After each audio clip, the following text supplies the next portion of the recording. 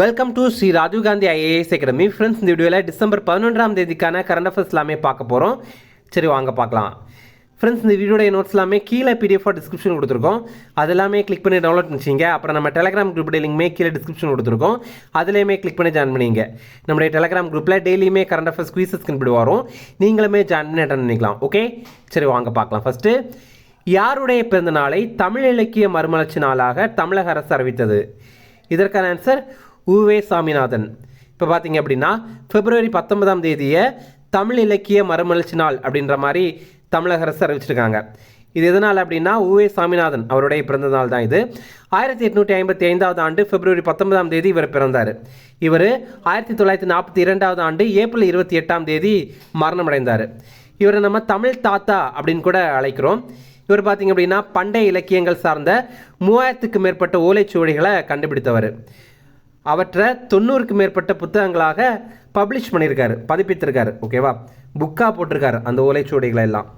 இது எல்லாத்துக்கும் நன்றி தெரிவிக்கிற விதமாக தான் இவருடைய பிறந்த தினத்தை நம்ம இந்த மாதிரி அறிவிச்சிருக்கோம்.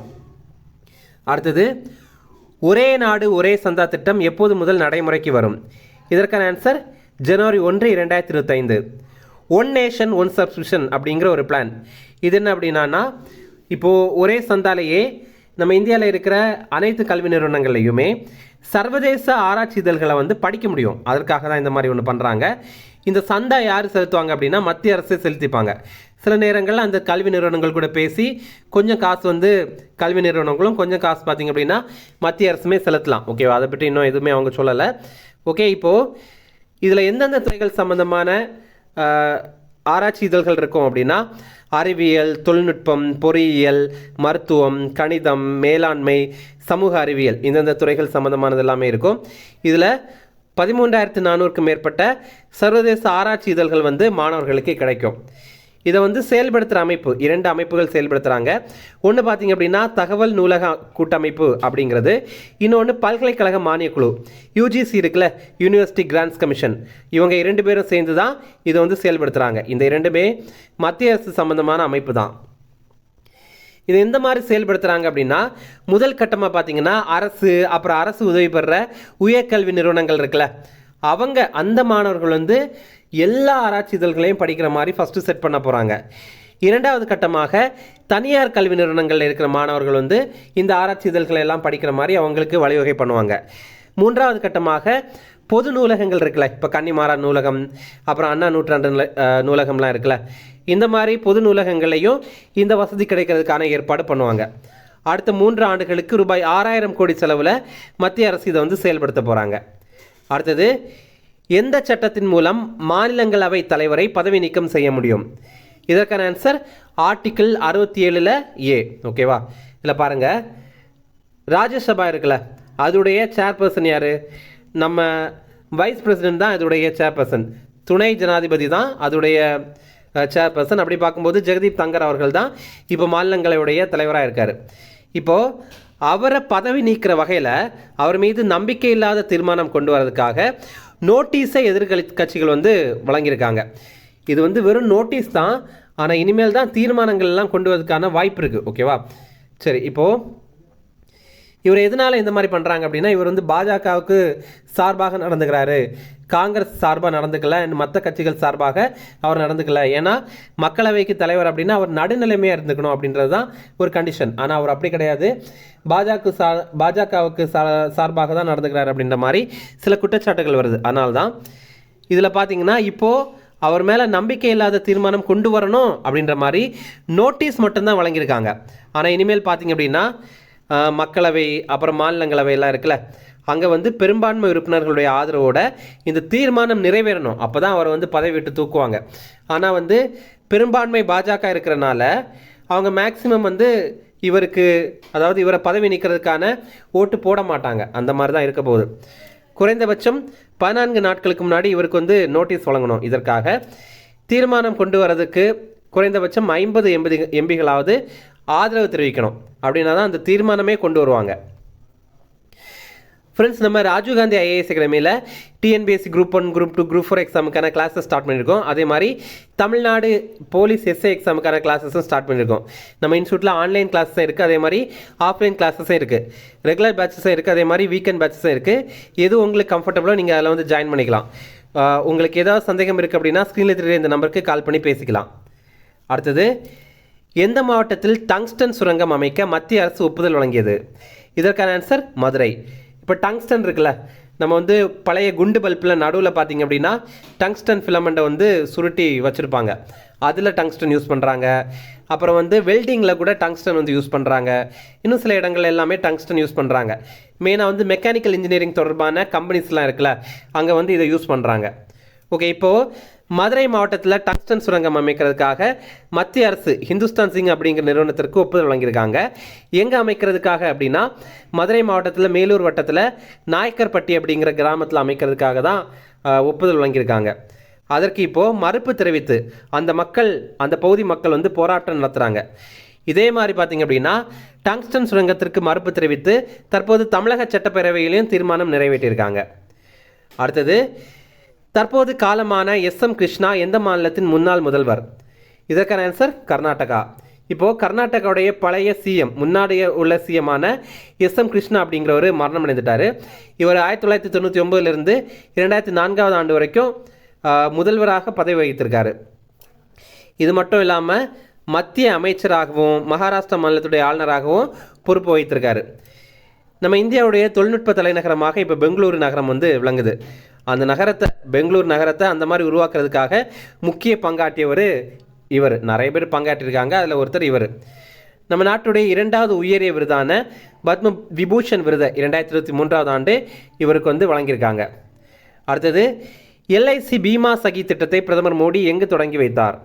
இதற்கான ஆன்சர் பானிபட். நம்ம இது ஏற்கனவே இந்த கொஸ்டின் பார்த்துருந்தோம். இப்போது சில இன்ஃபர்மேஷன் சேர்த்து பார்க்க போகிறோம். எல்ஐசி பீமா சக்தி யோஜனா இது பார்த்திங்கன்னா டிசம்பர் 9 இந்த ஆண்டு வந்து தொடங்கி வச்சுருந்தாங்க. எங்கே அப்படின்னா ஹரியானாவுடைய பானிபட்டில் தான் தொடங்கி வச்சுருந்தாங்க. இதோடைய நோக்கம் என்ன அப்படின்னா பெண்களை எல்ஐசி முகவர்களாக தேர்வு பண்ணணும் அப்படிங்கிறது தான். இதன் மூலமாக 2 லட்சம் மகளிருக்கு வேலைவாய்ப்பு வழங்கணும் அப்படிங்கிறது தான் இதோடைய இலக்கு. இதில் முதல் கட்டமாக 35,000 பெண்களை தேர்வு பண்ணுறாங்க. 2வது கட்டமாக 50,000 பெண்களை தேர்வு பண்ணுறாங்க. அடுத்தது போக போக இன்னும் பெண்களை தேர்வு பண்ணுவாங்க. இதில் தகுதி, அதாவது இதன் மூலமாக அவங்க பயன்பெறணும் அப்படின்னா என்ன தகுதி அப்படின்னா 18 வயதுலேருந்து 50 வயதுக்குள்ளாடி உள்ள பெண்களாக இருக்கணும். அதே மாதிரி 10ஆம் வகுப்பு நிறைவு பெற்ற பெண்ணாக இருக்கணும். ஓகேவா? இது ஹரியானாவை சேர்ந்தவங்களுக்கு மட்டும் கிடையாது, இந்தியாவில் இருக்கிற எல்லா மாநிலத்தவங்களுக்கும் பொது தான். ஆனால் தொடக்க விழா மட்டும் பானிபட்டில் நடந்திருக்கு அப்படிங்கிறத நம்ம தெரிஞ்சுக்கணும். இதில் 3 ஆண்டுகளுக்கு பயிற்சி வழங்குவாங்க, கூடவே நிதியுதவியும் வழங்குவாங்க. அடுத்தது, 2024 ஆண்டுடைய வார்த்தை அப்படின்னு மெரியம் வெப்ஸ்டர் அப்படிங்கிற ஒரு டிக்ஷனரி நிறுவனம் என்ன வார்த்தையை தேர்வு பண்ணியிருக்காங்க அப்படின்னா போலரைசேஷன் அப்படிங்கிற வார்த்தையை தேர்வு பண்ணியிருக்காங்க. அப்படின்னா என்ன அப்படின்னா நம்பிக்கையில் அப்புறம் எண்ணங்களில் 2 எதிர் துருவங்களாக இருக்கிறது தான் போலரைசேஷன் அப்படிங்கிறது. இப்போ பார்த்திங்க அப்படின்னா மாமியார் மருமகள் ரெண்டுமே ஆப்போசிட்டாக இருப்பாங்க. அதே மாதிரி ரஜினி கமல், அஜித் விஜய் இந்த மாதிரி ரெண்டுமே ஆப்போசிட்டாக சொல்லுவாங்கல்ல, அந்த மாதிரி இருக்கிறது தான் போலரைசேஷன். இப்போ ரீசெண்டாக பார்த்திங்க அப்படின்னா டொனால்ட் ட்ரம்ப், கமலா ஹாரிஸ் அப்படிங்கிற வார்த்தையை வைத்து இந்த போலரைசேஷன் அப்படிங்கிற வார்த்தை வந்து ட்ரெண்டாக இருந்தது. இதே மாதிரி ஆக்ஸ்ஃபோர்ட் டிக்ஷனரி இந்த ஆண்டுக்கான வார்த்தையாக பிரெயின் ராட் அப்படிங்கிறத தேர்வு பண்ணியிருந்தாங்க. பிரெயின் ராட் அப்படின்னா என்ன? இப்போ நம்ம ஆன்லைனில் அதிகமான கண்டென்ட் இன்ஸ்டாகிராமில் எல்லாம் தேவையில்லாத ரீல்ஸ் எல்லாம் பார்த்து நம்ம வந்து மூளை மழுங்கடிச்சிடும்ல, அதான் பிரெயின் ராட் அப்படிங்கிறது. அடுத்தது, கேம்பிரிட்ஜ் டிக்ஷனரி இந்த ஆண்டுக்கான வார்த்தையாக மேனிஃபெஸ்ட் அப்படிங்கிறத சொல்கிறாங்க. அது என்ன அப்படின்னா நம்ம இப்போ வந்து வாழ்க்கையில் பெரிய ஒரு ஆளாக ஆகணும் அப்படின்ற மாதிரி நம்ம கனவு காண்றோம்ல, அதுதான் மேனிஃபெஸ்ட் அப்படின்னு சொல்கிறோம். அப்புறம் காலின்ஸ் டிக்ஷனரி இவங்க இந்த ஆண்டுக்கான வார்த்தையாக பிராட் அப்படிங்கிற வார்த்தையை தேர்வு பண்ணியிருக்காங்க. இது என்ன அப்படின்னா ஒரு பெரிய தன்னம்பிக்கை அல்லது ஆட்டிடியூட் அப்படின்னு சொல்லுவாங்கள்ல, அந்த மாதிரி இருக்கிறது தான் பிராட் அப்படிங்கிறது. ஓகே, அடுத்த இம்பார்ட்டன்ட் டேஸ் பார்க்கலாம். உலக மலைகள் தினம் இது டிசம்பர் 11 இந்த ஆண்டுக்கான கருப்பொருள் ஒரு நிலையான எதிர்காலத்திற்கான தீர்வு மலைகள், புதுமை, ஏற்றுக்கொள்ளுதல் மற்றும் இளைஞர்கள் அப்படிங்கிறது தான். அடுத்தது யூனிசெஃப் தினம் இதுவுமே டிசம்பர் 11 தான். யூனிசெஃப் இதோடைய விரிவாக்கம் பார்த்திங்க அப்படின்னா யுனைடெட் நேஷன் சில்ட்ரன்ஸ் ஃபண்ட் அப்படிங்கிறது. முன்னாடி இது வந்து united nation children's emergency fund அப்படின்ற மாதிரி இருந்தது. இப்போ இதை வந்து இந்த மாதிரி பேர் மாற்றிட்டாங்க. ஐக்கிய நாடுகள் சிறுவர் நிதியம் அப்படிங்கிறது தான். இது 1946 ஆண்டு டிசம்பர் 11 தான் உருவாக்கப்பட்டது. இதோடைய தலைநகர் எங்கே இருக்குது அப்படின்னா, இதோடைய தலைமையகம் எங்கே இருக்குது அப்படின்னா அமெரிக்காவுடைய நியூயார்க் நகரில் தான் இருக்குது. இதோடைய தலைவராக இப்போ இருக்கிறவங்க கேத்ரின் எம் ரசல்ஸ் அப்படிங்கிறவங்க. இப்போ உங்களுக்கான கேள்வி, யுஎன்ஓ அமைப்பு இருக்குல்ல, ஐக்கிய நாடுகள் சபை, அதோடைய பொதுச் செயலாளராக இப்போ இருக்கிறவர் யார் அப்படிங்கிறது உங்களுக்கு தெரியும்னா கமெண்ட்ஸில் சொல்லுங்கள். அடுத்தது பாரதியார் பிறந்தநாள். இது டிசம்பர் 11 இன்றைக்கி தான். பாரதியார் 1882 ஆண்டு பிறந்தார். இவர் இப்போ தூத்துக்குடி மாவட்டத்தில் இருக்கிற எட்டயபுரத்தில் தான் பிறந்தார். முன்னாடி அது திருநெல்வேலியாக தான் இருந்தது. இவருடைய இறப்பு பார்த்தீங்க அப்படின்னா 1921 ஆண்டு செப்டம்பர் 11 இவர் எங்கே இறந்தார் அப்படின்னா சென்னையில் திருவல்லிக்கேணியில் தான் இறந்தார். இவருடைய இறந்த தினத்தை தான் நம்ம மகாகவி நாளாக கடைபிடிக்கிறோம். ஓகேவா? நிறைய பேர் என்ன நினைப்பாங்க அப்படின்னா இவருடைய பிறந்த நாளை தான் நம்ம மகாகவி நாளாக கடைபிடிக்கிறோம் அப்படின்னு நினைப்பாங்க. அப்படி கிடையாது. இனி ரிவிஷன் பார்க்கலாம். யாருடைய பிறந்த நாளை தமிழ் இலக்கிய மறுமலர்ச்சி நாளாக தமிழக அரசு அறிவித்தது? இதற்கான ஆன்சர் உவே சாமிநாதன். அடுத்தது ஒரே நாடு ஒரே சந்தா திட்டம் எப்போது முதல் நடைமுறைக்கு வரும்?